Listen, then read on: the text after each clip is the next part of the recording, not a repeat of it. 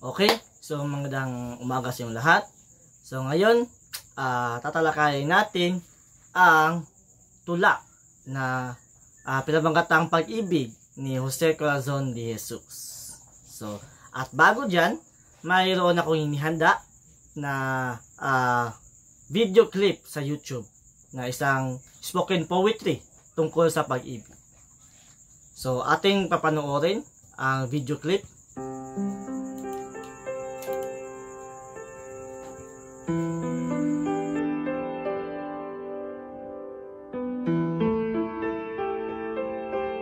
Nakakatakot, nakakakilabot. May mga taong bigla na lang sumusulpot. Mga taong nagiging dahilan para mundo natin ay patuloy na umikot. Nakakatakot, nakakakilabot dahil hindi natin alam kung hanggang kailan at hanggang saan sila aabot. At ang kanilang pagkawala ay maaaring magdulot ng matinding lungkot.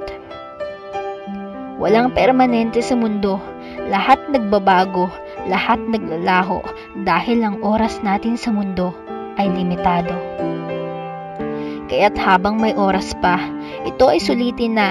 Hindi natin hawak ang tadhana, isang kisap ng mga mata maraming pwedeng maglaho at mawala. Matutong magpahalaga sa mga bagay na nandyan pa. Hindi sa lahat ng oras ay nandyan sila para samahan ka. Kaya ngayon, oras ay wag nang sayangin. Ang mga pagkakataon ay wag nang palampasin. Ang salitang mahal kita ay laging sabihin at ang bawat salita ay ating damhin.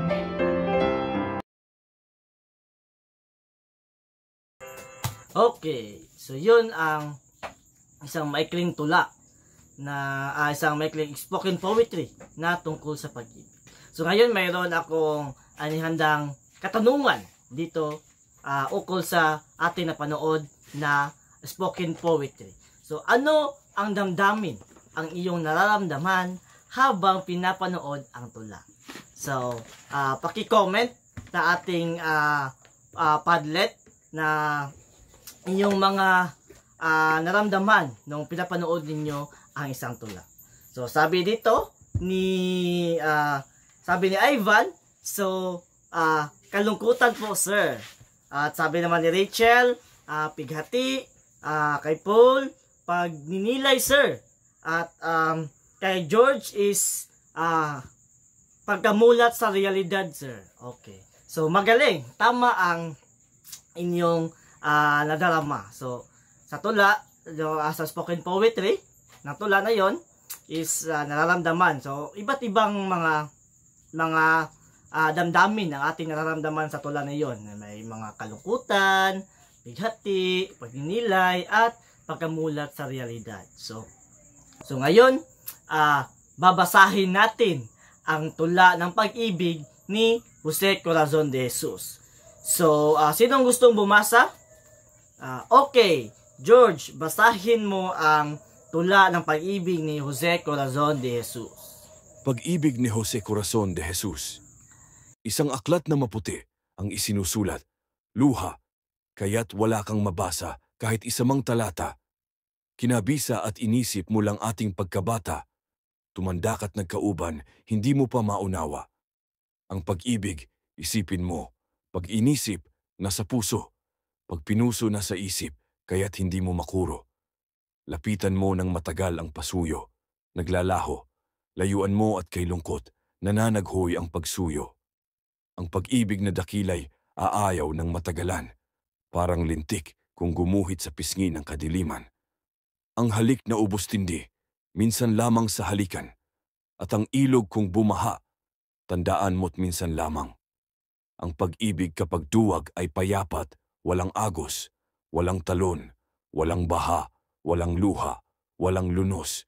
Ang pag-ibig na matapang ay puso ang inaanod, pati dangal, yamat tunong nalulunod sa pag-irog. Ang pag-ibig na buko pa'y nakikinig pa sa aral, tandang di pa umiibig, nakikita pa ang ilaw. Ngunit kapag nag-alab na't pati mundo'y nalimutan, iyan, ganyan ang pag-ibig, damdamin at puso lamang. Kapag ikaw'y umuurong sa sakunat sa panganib, ay talagang maliwanag at buo ang iyong isip. Takot pa ang pag-ibig mo, hindi ka pa umiibig. Pag umibig, pati hukay ay aariin mong langit. Iyang mga taong duwag na ang puso'y mahihina, umibig man ay ano pa, di pag-ibig kundi awa. Kailangan sa pag-ibig ay hirap at mga luha, at ang duwag ay malayong sa pag-ibig dumakila. Ang pag-ibig ay may mata, ang pag-ibig ay di bulag. Ang marunong na umibig, bawat sugat ay bulaklak. Ang pag-ibig ay masakim at aayaw sa kakabyak, o wala na kahit ano, o ibigay mo ng lahat. Ako'y hindi makasulat at ang nanay nakabantay. Asahan mo, katutuko, hindi ka pa minamahal. Ngunit kapag sumulat na sa ibabaw man ng hukay, minamahal ka na niya ng higit pa kaysa buhay.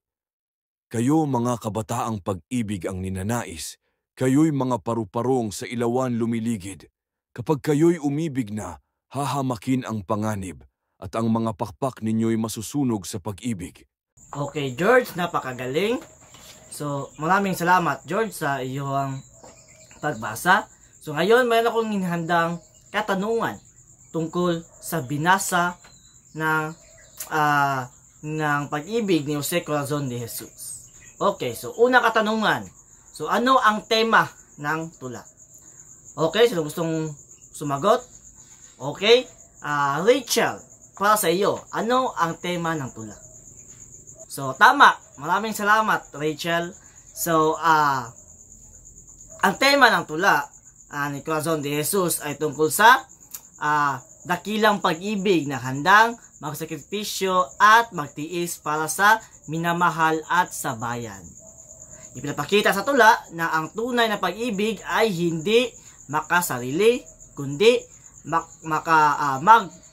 magparaya, matatag at handang magdusa para sa ikabubuti ng iba. So ang pag-ibig ay inilarawan bilang isang makapangyarihang damdamin na kayang magbunsod ng kabayanihan, pagtitiis at maging kamatayan. Okay. So maraming salamat Rachel. At sa susunod na tanong, ano ang damdamin ang nangingibabaw dito? So sinong gustong sumagot? Okay, Paul. Okay, maraming salamat Paul. So ang nangingibabaw sa tulang pag-ibig ni Jose Corazon de Jesus ay matinding pagmamahal na may kasamang sakripisyo. So tama yung sagot din ni Paul. So damang-dama, no, sa bawat taludtod ang taos-pusong damdamin ng pag-ibig, hindi lang sa isang tao kundi pati na rin sa bayan. So kasama sa damdaming ito ang katapatan, kahandaan sa pagdurusa at kabayanihan. So may halong lungkot at tapang dahil ipinakita na ang tunay na pag-ibig ay hindi puro ligaya, kundi puno rin ng pagsubok at pagtitiis. Ngunit ito ay maluwag na tinatanggap ng isang nagmamahal. Okay, paano ito may ugnay sa tunay na buhay? So sinong gustong sumagot? Okay, si George. Maraming salamat George. So ayon kay George sa kanyang personal, so ang tunay daw na pag-ibig ay hindi laging madali. Kailangan itong ng sakripisyo, pagtitiis at pag-unawa. So tama 'yon ang sagot ni George. So maraming salamat sa inyong mga saloobin sa tula ng pag-ibig ni Jose Corazon de Jesus. So ngayon, tungo tayo sa ano nga ba ang teorya ng tulang ito. So ang teorya ay romantisismo. So ang teoryang romantisismo ay isang pananaw sa panitikan na nagbibigay diin sa damdamin, imahinasyon at kalayaan ng pagpapahayag. So itinatampok ng romantisismo ang emosyon, damdaming makatao at kagandahan ng kalikasan at pag-ibig. So ang pag-ibig ay isang teoryang romantisismo. So ang romantisismo ay hindi lamang nakafocus sa pagmamahalan ng isang tao, kundi nakafocus ito sa emosyon, damdaming makatao at kagandahan ng kalikasan at pag-ibig ng isang tao. So, yun ang teoryang romantisismo. So, tulad ng tula na binasa ni George kanina, ni Jose Corazon de Jesus. So, itatampok nito ang dakilang damdamin ng pag-ibig. So, ang pag-ibig ay ipinakita bilang isang makapangyarihang puwersa na kayang magbago ng tao. Dadako tayo sa ating maikling gawain.